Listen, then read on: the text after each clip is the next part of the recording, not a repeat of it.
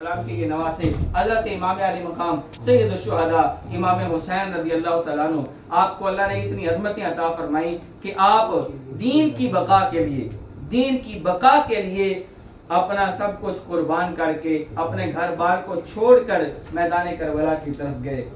میدان کربلا کی طرف جو آپ کا جانا ہوا یہ دین کی بقا کے لیے تھا۔ اس پر کیا وجہ بنی؟ کوفے والوں نے، عراق کے اندر کوفہ ہے اور وہاں کے جو لوگ تھے انہوں نے تقریباً 150 خط لکھے۔ امام علی مقام کو کتنے خط لکھے؟ تقریباً 150 خط لکھے۔ اب 150 خطوں کے اندر پتہ کیا لکھا ہوا ہے؟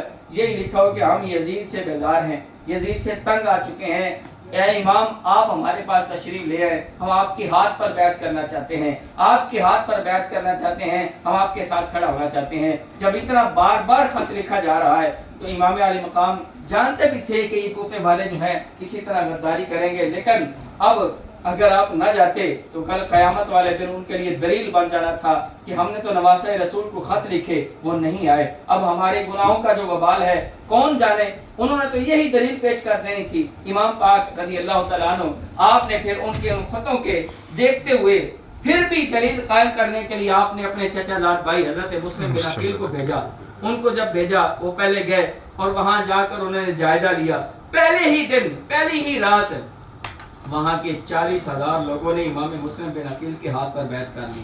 40,000 لوگوں نے امام مسلم بن عقیل کے ہاتھ پر جب بیعت کی، اب انہوں نے فوری طور پر ایک رکھا لکھا اور قاصد کو بھیجا امام حسین کے نام کہ جناب آپ تشریف لے آئیں، یہاں کی حالات بالکل ٹھیک ہیں، آپ آ جائیں۔ اب قاصد کے جانے کے بعد جب یہ خبر یزید کو پہنچی کہ جناب مسلم بن عقیل آئے ہوئے ہیں اور ان کے ہاتھ پر پہلی ہی رات کے 40,000، یہ میں تاریخ کی بات کر رہا ہوں اور میدان کربلا کی طرف آپ کو لے کے جانا چاہ رہا ہوں، وہاں کا منظر میں آپ کے سامنے کچھ رکھنا چاہ رہا ہوں۔ پہلے تاریخ تھوڑی سی سمجھ لیں، وجہ کیا بنی جانے کی؟ وجہ یہ بنی کہ جناب حضرت مسلم بن عقیل نے جب خط لکھا اس کے بعد، اچھا ایک یہاں نقطے کی یہ بھی بات عرض کرتا چلوں، میرے اور آپ کے آقا و مولا صلی اللہ علیہ وسلم کے نواسا حضرت امام علی مقام دور بینی تک دیکھ رہے تھے، آپ نے کسی صحابی رسول کو نہیں بھیجا، حضرت اپنے چچا زاد بھائی کو بھیجا۔ کیوں؟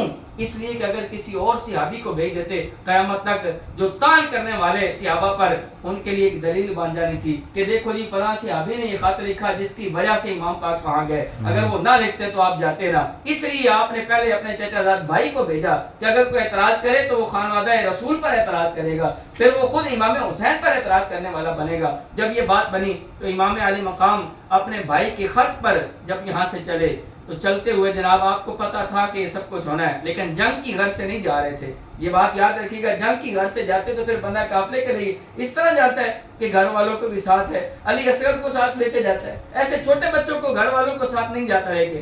اب یہاں دوسری بات، دوسری طرف دیکھیں، جب یزید کو پتا چلا کہ مسلم بن عقیل کے ہاتھ پر اتنے لوگوں نے بیعت کر دی، اس نے فوری طور پر ایک رکا لکھا۔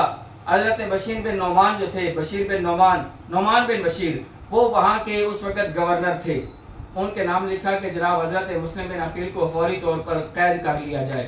یہ صحابی رسول تھے، انہوں نے کہا میں ایسا نہیں کروں گا، میں ایسا نہیں کروں گا، میں یہ سب کچھ چھوڑ تو سکتا ہوں لیکن ایسا نہیں کروں گا۔ جب انہوں نے انکار کیا تو یزید نے فوری طور پر عبید اللہ ابن زیاد کو ان کی جگہ پر خط لے کے بھیج دیا کہ اب تجھے وہاں کا گورنر بنانا چاہتا ہوں، اگر تو وہاں جا کر یہ کام کرے کہ مسلم بن عقیل کو قید کر لے تو تجھے میں وہاں کی گورنری دے دوں گا۔ اب یہ جو بندہ تھا بڑا ہی چلاک اور مکار بندہ تھا، ابن زیاد کے نام سے مشہور ہے، عبید اللہ ابن زیاد اس کا نام تھا۔ جب یہ آیا تو اس نے اپنا بھیس بدلا ہوا ہے، عربی لباس پہنا ہوا ہے، مدینے والے لوگوں کا لباس پہن کے گھوڑے پہ سوار ہو کے صبح یہ جناب برقعے کی حالت میں جناب آتا ہے۔ لوگ امام پاک کی یاد میں انتظار میں کھڑے ہیں، انتظار کر رہے ہیں۔ لوگوں نے سمجھا کہ امام حسین تشریف لے آئے ہیں، لوگوں نے اس کا جناب بڑا استقبال کیا۔ اس نے لوگوں کی حالت کو دیکھ کر یہ سمجھ گیا کہ سارے لوگ جو ہیں امام حسین رضی اللہ عنہ کا انتظار کر رہے ہیں اور سارے ان کے ہاتھ پہ بیعت کرنا چاہتے ہیں۔ اب اس نے جب اپنے چہرے سے پردہ ہٹایا، لوگ اس کو دیکھ کے ڈر گئے کہ یہ تو جناب ابن زیاد ہے، کیونکہ یہ پہلے ہی برائیوں سے جانا جاتا تھا۔ اس نے اپنی تلوار لہرا کے کہا اے کوفے والو، اگر امام حسین کے لیے یہاں کھڑے رہو گے تو پھر قربان ہونے کے لیے، مرنے کے لیے تیار ہو جاؤ، اپنے بچوں کو یتیم کرانے کے لیے تیار ہو جاؤ۔ اب کوفے کے لوگ پہلے ہی ڈرپوک، اب وہاں سے سارے بھاگ گئے۔ اب امام حسین رضی اللہ تعالیٰ وہاں سے چل پڑے تھے لیکن وہاں سے وہ سارے بھاگ گئے۔ مسلم بن عقیل کو اس نے گرفتار کر دیا اور وہاں پر گورنی کے طور پر وہ بیٹھ گیا۔ اب اس نے 22,000 کا لشکر اب میدان کربلا میں بھیج دیا. ادھر امام حسین 2 محرم الحرام کو میدان کربلا میں پہنچے.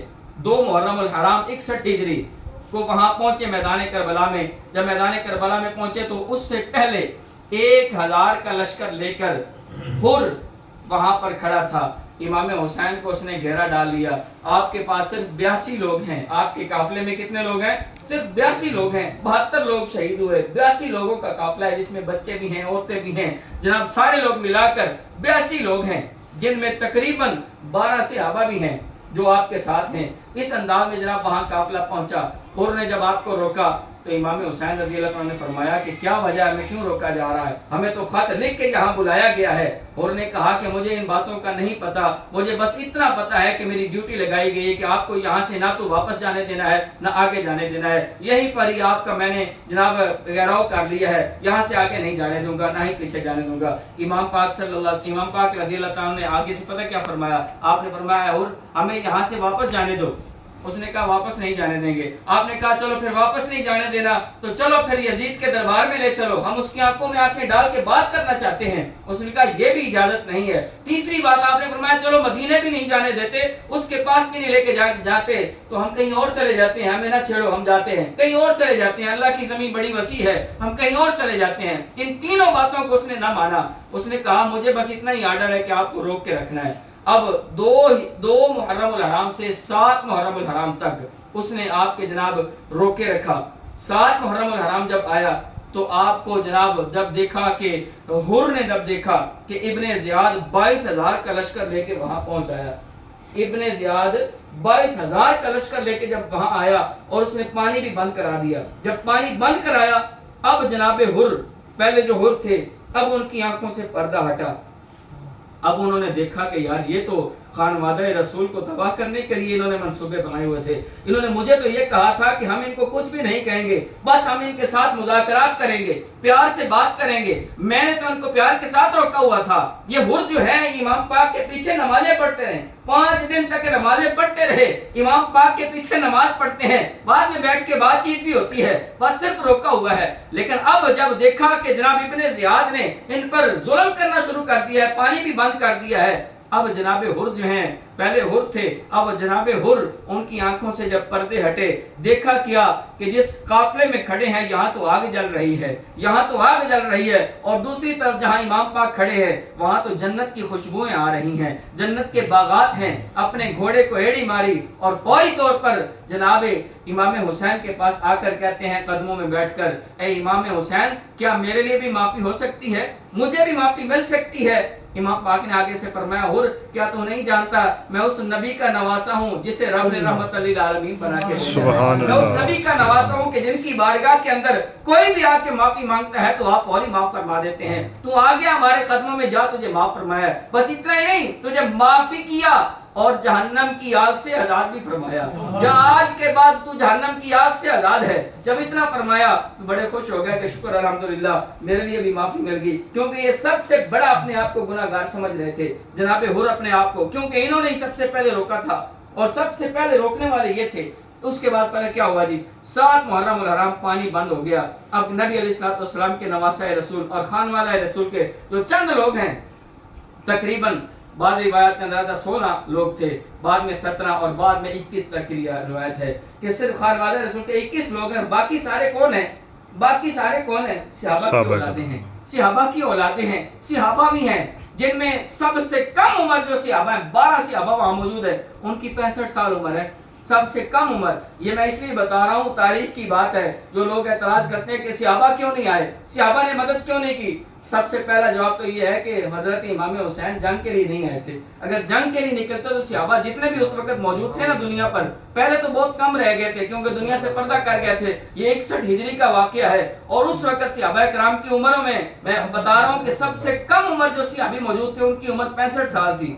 65 سال عمر سب سے کم عمر صحابی تھے. تو اب بھی اعتراض اگر کوئی صحابہ پہ کرے تو اس سے بندہ پوچھے کہ یار تو پہلے یہ تو بتا کہ صحابہ کرام کے جو اولادیں تھیں وہ امام پاک کے ساتھ تھیں یا نہیں. دوسرے نمبر پر یہ بتا کہ امام پاک جو ہے وہ جنگ کی غرض سے آئے تھے. اگر جنگ کی غرض سے آتے تو پھر آپ کے ساتھ سارا قافلہ پورا مدینہ و مکہ آنے کے لیے تیار تھا. پورا مکہ و مدینہ آپ کے ساتھ آ جانا تھا. یزید کیا چیز ہے, اس کو تو جناب تہس نہس کر کے رکھ دینا تھا. لیکن یہاں امام پاک جنگ کے لیے نہیں آئے تھے, ان کے خطوط کو پڑھ کے یہاں آئے تھے. اب پھر کیا ہوا جناب, 7 بھی گزر گئی, 8 بھی گزر گئی. جب 9ویں کی رات آئی, 9ویں کی رات ہے, اب ابن زیاد کا قافلہ جو ہے جناب امام حسین کے خیمے کے گرد بار بار آ کے کہتا ہے کہ اے حسین, 2 ہی باتیں ہیں آپ کے سامنے, بس 2 ہی رائے ہیں, یا تو آپ یزید کے ہاتھ پہ بیعت کریں, دوسری رائے یہ ہے کہ یا پھر قتل ہونے کے لیے تیار ہو جائیں, جنگ کے لیے تیار ہو جائیں. امام حسین نے وہی جو بھائی نے پہلے شعر پڑھے نا, خواجہ معین الدین چشتی اجمیری والے رحمۃ اللہ علیہ والے, کہ سرداد نہ داد دست در دست یزید حقا کے بنا لا الہ است حسین. امام حسین رضی اللہ تعالیٰ کے اسی منظر کو دیکھتے ہوئے خواجہ صاحب نے یہ شعر لکھے ہیں کہ آپ نے اپنا سر تو دے دیا لیکن اپنا ہاتھ یزید کے ہاتھ میں نہیں دیا, اپنا ہاتھ نہیں دیا. آپ نے فرمایا اچھا پھر جنگ لڑنی ہے تو پھر تیار ہو جاؤ, ہم بھی پھر اس حیدر کرار کے بیٹے ہیں, ہم ڈرنے والے نہیں ہیں, چاہے تھوڑے ہیں لیکن ڈرنے والے نہیں ہیں. اب پھر جناب جب شام کا وقت تھا, آپ نے فرمایا چلو صبح تک انتظار کرو, صبح جنگ ہوگی. اب رات 9ویں کی ہے, یہ رات چل رہی ہے, ساری رات ابن زیاد کا قافلہ اس سوچ میں ہے کہ آج رات پتہ نہیں کیا ہونے والا ہے. ان پہ 22,000 کا لشکر ہے, 1,000 جناب حر والا بھی ساتھ ہے. اتنی بڑی تعداد, اور یہ صرف 82 لوگ ہیں جن میں بوڑھے بھی ہیں, بچے بھی ہیں, عورتیں بھی ہیں, سارے لوگ موجود ہیں.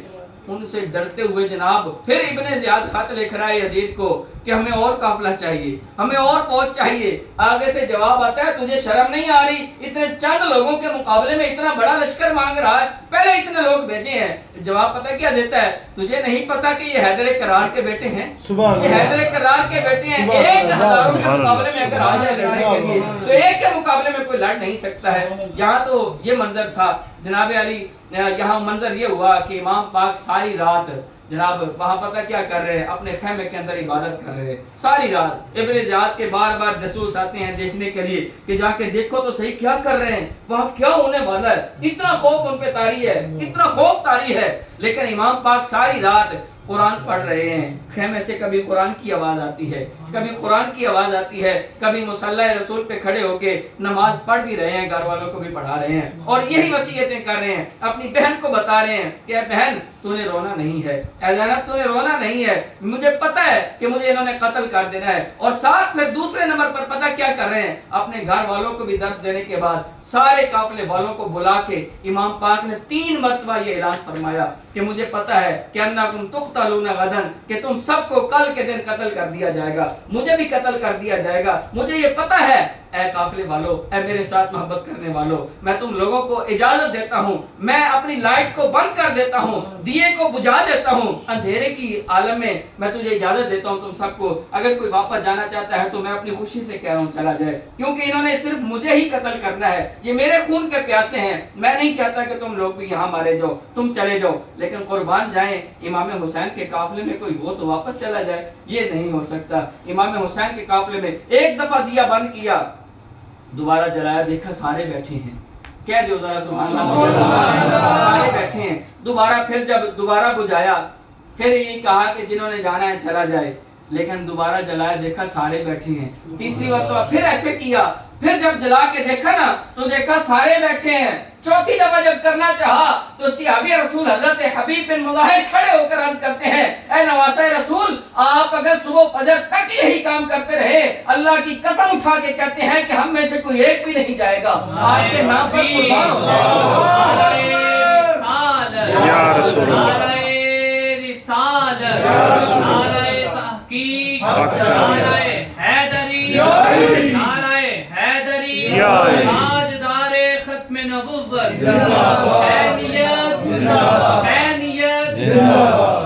اب یہ منظر دیکھنے والا تھا. اب جب پتہ کیا ہوا, امام علی مقام نے جب یہ محبت دیکھی نا, اس کے بعد پھر آپ نے کہا اچھا پھر فینظرون الی السماء, پھر سارے تم پتہ کیا کرو, سارے آسمان کی طرف دیکھو. سارے قافلے والوں کو جب یہ محبت دیکھی تو آپ نے کہا آسمان کی طرف دیکھو.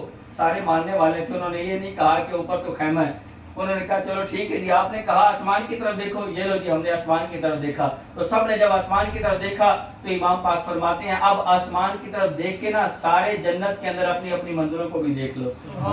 سب کو زمین پہ بٹھا کے جنت کے اندر ان کے مناظر بھی دکھا دیے.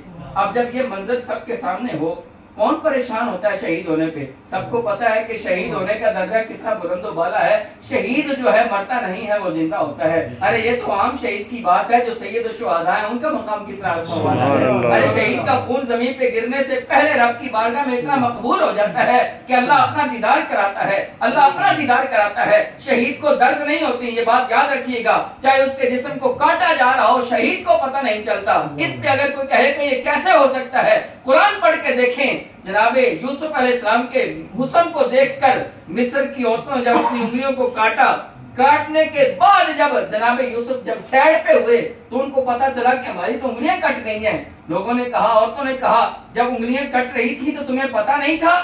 کہا حسن یوسف ہی اتنا خوبصورت تھا، حضرت یوسف علیہ السلام کا حسن اتنا حسین تھا کہ ہمیں پتہ ہی نہیں چلا انگلیاں کٹ گئیں. یار حضرت یوسف علیہ السلام کے حسن کو دیکھ کر عورتیں اپنی انگلیاں کاٹ دے، انہیں پتہ بھی نہ چلے، تو خدا کے جلووں کو دیکھ کر جب شہید ہونے والا اپنی گردن پہ خنجر چلوا رہا اسے کیسے پتا چلتا ہے، اسے کیسے تکلیف ہوتی ہے. اس لیے امام علی مقام سید الشہداء امام حسین رضی اللہ تعالیٰ عنہ، آپ اور پھر آپ کے قافلے والے وہاں پر جناب، یہاں یہ بھی بات کرتا چلوں کہ حضرت علی المرتضیٰ رضی اللہ تعالیٰ کے صرف یہ ایک ہی بیٹے نہیں وہاں موجود تھے امام حسین، وہاں پر حضرت عباس بھی موجود تھے، وہ بھی حضرت علی پاک کے بیٹے ہیں. اسی طرح آپ کے اور بھی 7 بیٹے وہاں موجود تھے. 7 بیٹے میدان کربلا میں حضرت علی پاک کے تھے.